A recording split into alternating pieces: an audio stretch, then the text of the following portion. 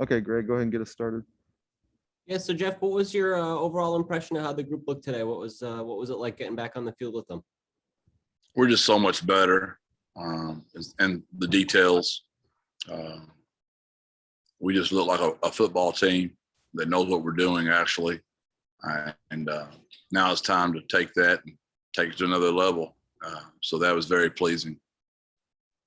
What does it mean for the quarterbacks group specifically to have this spring period to work through the offense after not having that opportunity last year? Yeah, well, it's not just them, but all of us. It just gives us such a chance to have a deeper understanding, a deeper knowledge of the offense. It's not that we're adding anything. We're just making it look a lot different. Probably going to carry, a larger volume of offense into the game. We pride ourselves on beginning with the end in mind. Like we know what we want to look like at the very end of the year. So last year, we just started a lot smaller when the year began because we knew what it was going to look like at the end of the year. And we had to be mindful of how much offense we carried in. This spring, we're carrying in, more offense. So for those quarterbacks, that's going to give them a chance to do more stuff each week. And with our other quarterbacks, there were only a few that didn't get to play. But like Cam, Sutton, and Eddie Lee, Zach, it's just going to be really good for those kids to get those extra reps. Because when you're in the fall, you're trying so hard to get our 1s and 2s ready. And we got injured there so much, that 4 guys got a lot of work. So, we've already got Frank, Josh, JoJo, and Lowell. All 4 of those guys got significant reps last year. Is this like an evaluation period that carries over into the fall in terms of like depth chart and implications like that? Or is it just about getting those guys reps and opportunities to improve? Yeah, I never look at it that way. I know you guys do, and I understand that. But I look at it like they're all my starters. And, we try to treat every player on our team that way, honestly. We just made the comment out there we had 4 groups of scale going. And I literally told the 4s, I'm like, look, we had 20 players miss the bowl game, 5 coaches and a strength staff guy. Who would have ever known that many coaches? I mean, we had to have backup coaches step up. We had to have backup receivers, backup linebackers, backup strength guys, so to ever think you might not play, last year was a great analogy. You got to be ready when your number's called. And sort of to that point, it was like every time you guys were on the field, you were getting ready for the next game because that preseason was so condensed and you never knew kind of what was around the corner.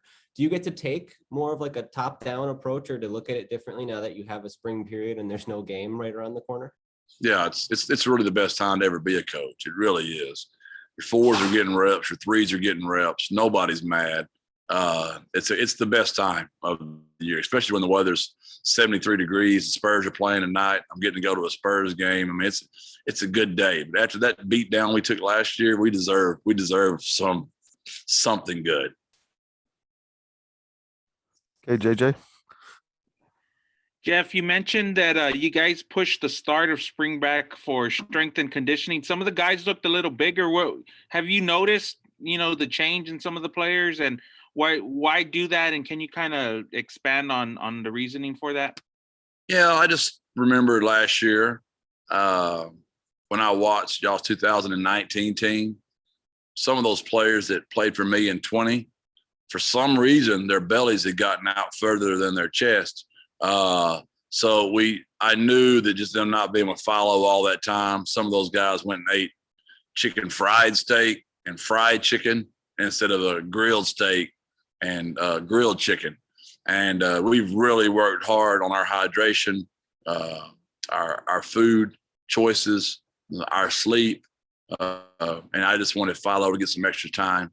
I think Ryan Philo is one of the most unsung heroes on our team. Him and what his staff do. It's very remarkable, and we look a lot better right now. Our shoulders look better, our backs look better, and our abdomens look a lot smaller, which is a good thing.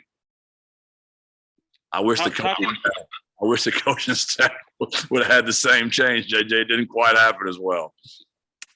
Talking about the quarterbacks, I think there's 8 on the roster. Are there any challenges in getting all these guys reps this spring? Yeah, but I'm always going to be heavy on that number. You can't have enough of them, as last year proved. Those guys all get along very well with each other. That's the biggest deal.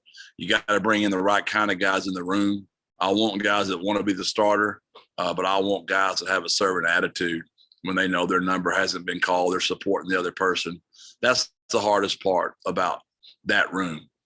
You can only play one of them usually, but we had to play 4 last year. But we're going to always have a great room of quarterbacks because you just got to have them. Can you run us through your schedule this week? When do you guys start to, I guess, get into the shells or pads? Yeah, tomorrow will be the exact as today. It'll be everything exactly the same. We won't even change the scripts that much because we're having to turn around so quickly. And then we'll take Wednesday off. I say take off. We won't take it off. We'll be installing for Thursday, and our kids will be lifting. But we won't be playing football. And then Thursday will be a shell practice. We'll be thud, which means we'll just butt up. We won't take anybody to the ground. But very similar format as far as the structure, just it'll be a thudded practice. Then we'll take Friday for Good Friday and Easter weekend. We'll get everybody out of here, and we'll watch the video Monday of Thursday's practice. And yeah, that's correct. And then Tuesday we'll be rolling again next week. So your first scrimmage will be next weekend, I guess? We would discuss having that on that Saturday, but probably not. It probably wouldn't be to the following Saturday. I'll probably try to go, a little bit more. I hadn't really decided. On the calendar, it says, practice / scrimmage ? So we haven't really decided what that Saturday will look like yet. It's going to, a lot of it's going to do with our health. Where are we?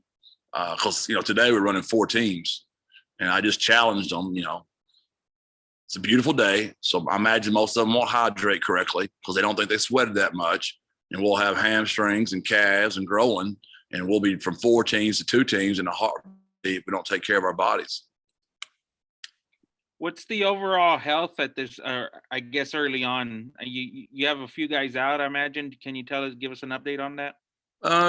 We've got a lot of guys that had surgeries after the season that are still rehabbing, but everybody is doing something in practice. We're all participating in practice. So that's just part of it.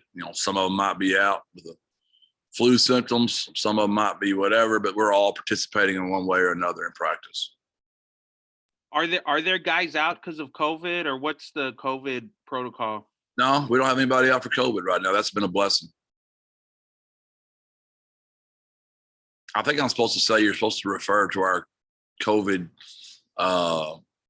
protocol something at the university, but I guess I slipped on that. But no, we're in good shape right now. All right, thanks, Coach. We'll get Frank over there next. Thank y'all.